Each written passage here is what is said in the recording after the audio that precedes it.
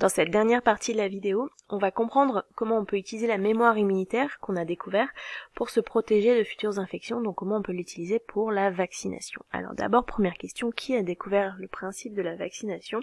Eh bien, c'est un médecin anglais dans les années 1790 qui s'appelait Edward Jenner. Cette découverte, il l'a fait suite à l'observation de la variole. La variole, c'était une maladie qui provoquait des épidémies à l'époque, des épidémies très graves. Cette maladie, elle se développe tout d'abord par des fièvres assez importantes, des maux de tête, une forte fatigue, et puis elle provoque au bout de quelques jours l'apparition de centaines de milliers de pustules sur le corps qui vont laisser des cicatrices très graves si la personne survit, parce que dans 40% des cas, la variole aboutissait au décès. Chez les personnes qui survivaient, on avait compris qu'elles ne ferait pas la variole. La variole n'était contractée qu'une seule fois au cours de la vie. Donc on avait compris que avoir une première fois la maladie, ça protégeait d'une future infection. Et donc ce qu'on avait inventé, c'était la variolisation. C'est-à-dire que si on arrivait à repérer une forme bénigne de la variole chez quelqu'un, eh bien on récupérait du pus dans les pustules de la personne et on se l'inoculait, c'est-à-dire qu'on le faisait passer sous la peau dans une petite plaie, chez des patients qui n'avaient jamais eu la variole. Et ça permettait de se protéger, parce que ça allait provoquer la variole, mais une forme bénigne, puisque on l'avait récupérée à partir d'une forme bénigne, et puis ensuite on récupérait l'immunité qu'on avait déjà repérée avant. Le problème de cette variolisation, c'est que ça n'avait pas une efficacité très importante, et des fois la personne qui subissait cette variolisation, eh bien en fait elle développait une forme qui était grave et elle en décédait. Donc on avait un système de protection qui n'était pas complètement efficace. Et donc ce que Jenner a eu l'idée de faire, c'est d'utiliser la vaccine. La vaccine, c'était une maladie chez les bovins et dont le virus est de la même famille que celui de la variole. Ça, Jenner ne le savait pas, puisqu'on n'avait absolument pas les outils d'observation moderne pour voir les virus, mais par contre au niveau des symptômes ça provoque la même chose, ça provoque des pustules notamment sur le pied des vaches. Et ce que Jenner a repéré, c'est que les humains pouvaient attraper la vaccine, ça leur faisait des pustules sur les mains et que c'était vraiment très bénin, ça pouvait faire une petite fièvre mais pas plus. Et du coup il a eu l'idée, et j'ai oublié quelque chose, ce qu'il a aussi découvert, c'est que les personnes qui avaient eu la vaccine sur leurs mains, eh bien elles n'attrapaient jamais la variole. Donc ce qu'il a eu l'idée, c'est de faire une variolisation, mais avec la vaccine, donc de faire une vaccination, c'est-à-dire de prendre du pus chez les personnes qui avaient développé la vaccine et de l'inoculer à des personnes qui n'avaient encore jamais eu ni la variole ni la vaccine. Il a commencé sur un jeune garçon, puis il a recommencé son expérience, et à chaque fois, ces personnes ont développé une forme très bénigne de la vaccine et ont été protégées par la variole. Donc c'est ainsi qu'il a inventé la vaccination. Par la suite, ça va surtout être un autre scientifique, Pasteur, qui va améliorer cette technique, puisque là, Jenner avait pu profiter du fait que le virus existait sous une autre forme chez le bovin. Pasteur, lui, a travaillé sur le développement de vaccins contre des virus qui n'existaient que chez l'humain, et il a notamment travaillé sur comment faire pour atténuer ces virus, pour qu'on puisse les injecter de manière non dangereuse aux patients. Pour comprendre comment le vaccin permet de bien protéger l'organisme, on va réutiliser ce schéma qu'on avait vu dans la précédente vidéo. Donc en fait, le contact avec l'antigène présent dans le vaccin, antigène qui est inoffensif, va permettre d'obtenir une réponse primaire dans l'organisme. Donc la production d'anticorps libres dans le sang par des plasmocytes, mais aussi des lymphocytes B mémoire. Alors les anticorps ne vont pas avoir une durée de vie très longue. Les plasmocytes et les anticorps circulants vont, au bout de quelques semaines, disparaître dans le sérum. Par contre, les lymphocytes B mémoire, ils vont se prolonger dans le temps, ils vont perdurer. Et si jamais il y a un deuxième contact avec l'antigène, cette fois-ci l'antigène virulent, eh bien, on va observer une réponse secondaire qui va être beaucoup plus rapide. Donc tout d'abord, certains lymphocytes B mémoire vont se différencier très rapidement en cellules effectrices, beaucoup plus rapidement que la différenciation avait pu se faire là. Et puis vous voyez que ces plasmocytes vont pouvoir produire beaucoup plus d'anticorps qu'ils n'en produisaient dans leur réponse primaire.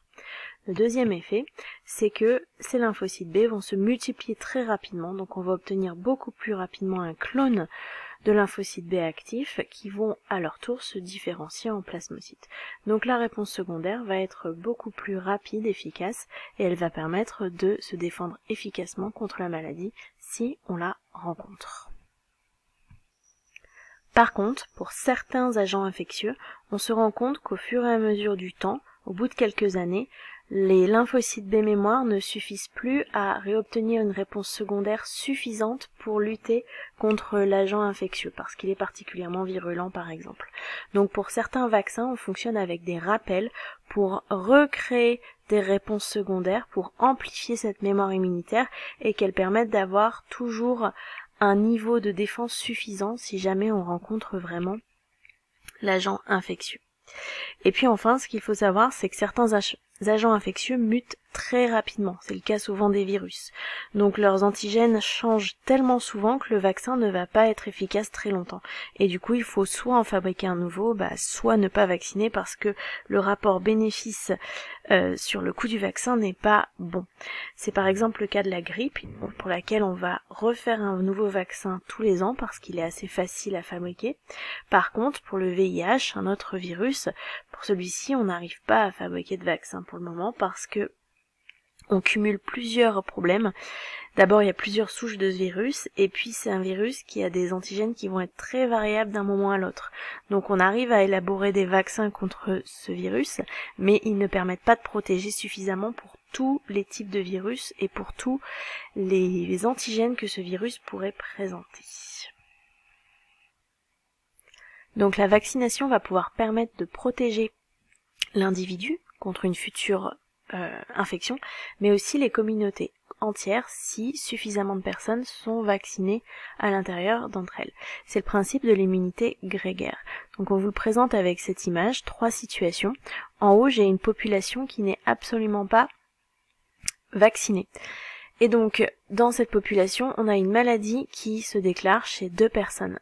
Comme personne n'est vacciné, la maladie va se propager, on va avoir une épidémie importante avec pourquoi pas un fort nombre de décès si cette maladie est très dangereuse. Dans la deuxième situation, vous avez quelques personnes qui sont immunisées contre la maladie, soit parce qu'elles l'ont déjà eue, soit parce qu'elles sont vaccinées. Eh bien, on voit que ces personnes ne développeront pas la maladie, elles ne deviennent pas rouges, mais on a quand même un très fort taux de personnes qui deviennent rouges, donc qui deviennent malades. La dernière situation, on voit qu'on a énormément de personnes qui sont immunisées en situation de départ, donc beaucoup de jaunes dans la population, mais quelques personnes sont en bleu, soit parce qu'elles n'ont jamais rencontré la maladie, soit parce qu'elles ne se sont pas fait vacciner. Et peut-être qu'elles ne se sont pas vaccinées parce qu'elles ne peuvent pas le faire, parce qu'elles sont trop fragiles. Par exemple, elles sont immunodéprimées ou elles sont en chimiothérapie.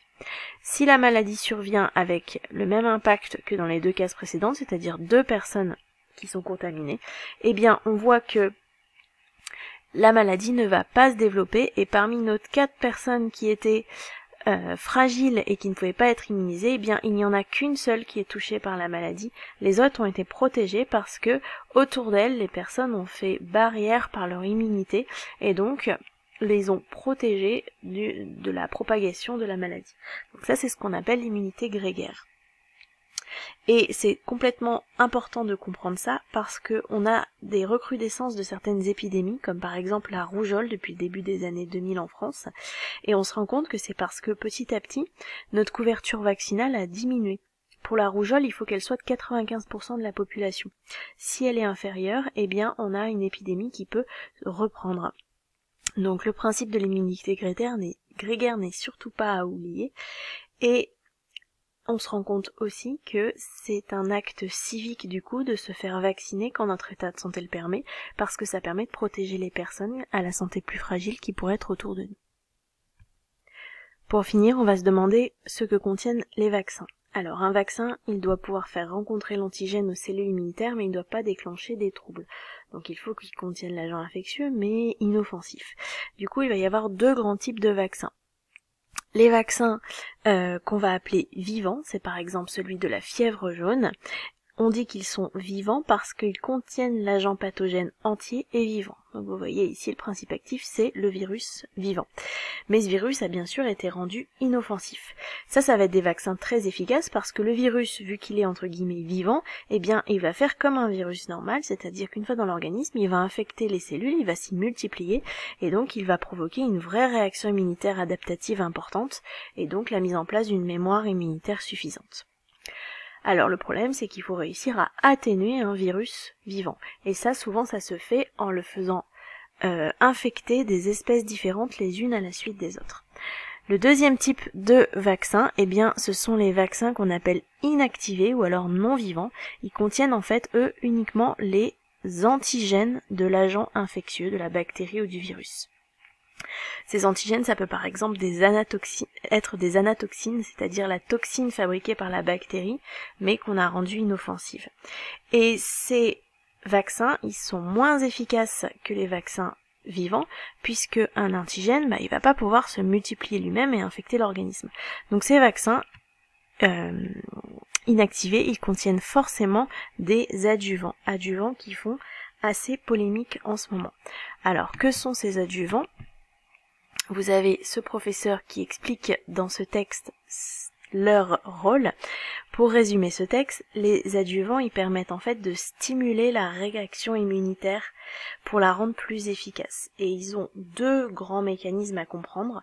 Le premier, c'est qu'ils vont en fait au niveau du site d'injection du vaccin stimuler la réaction inflammatoire et donc permettre de fabriquer plus de médiateurs chimiques de l'inflammation et donc d'avoir une réaction immunitaire qui va être plus efficace. Avant que les adjuvants existent, pour stimuler la réaction inflammatoire au niveau de la zone d'injection du vaccin, on faisait une sorte de petite blessure. Et ça, on peut le voir sur les bras de certains adultes, ils ont encore des cicatrices liées à d'anciens vaccins. Le deuxième mode d'action des adjuvants, c'est qu'ils vont permettre à l'antigène d'arriver plus rapidement au niveau des ganglions lymphatiques pour être présenté aux lymphocytes naïfs. Donc, si on fait le bilan de cette vidéo, eh bien, on se souvient que le phénotype immunitaire d'un individu, c'est-à-dire toutes les spécificités d'anticorps qu'il possède, c'est permis par des réarrangements génétiques. Et puis ensuite, on a eu une phase d'élimination des lymphocytes autoréactifs qui permet à notre organisme d'être potentiellement capable de détecter les agents infectieux existants dans le monde entier, mais de ne jamais développer une réaction immunitaire contre nos molécules. Ensuite, lors de cette réaction immunitaire, eh bien, il va se mettre en place une mémoire immunitaire qui va faire qu'un individu va être adapté à son environnement. Si la grippe existe dans son environnement, eh bien, il va avoir, une fois qu'il l'a contractée une première fois, une mémoire qui lui permet de ne plus la contracter plusieurs fois et de ne pas s'affaiblir. Et enfin, on a vu que la vaccination utilise cette mémoire immunitaire, ça permet de protéger les individus bien sûr, mais aussi les populations entières contre certaines infections qui sont particulièrement dangereuses. Et c'est terminé, je vous remercie.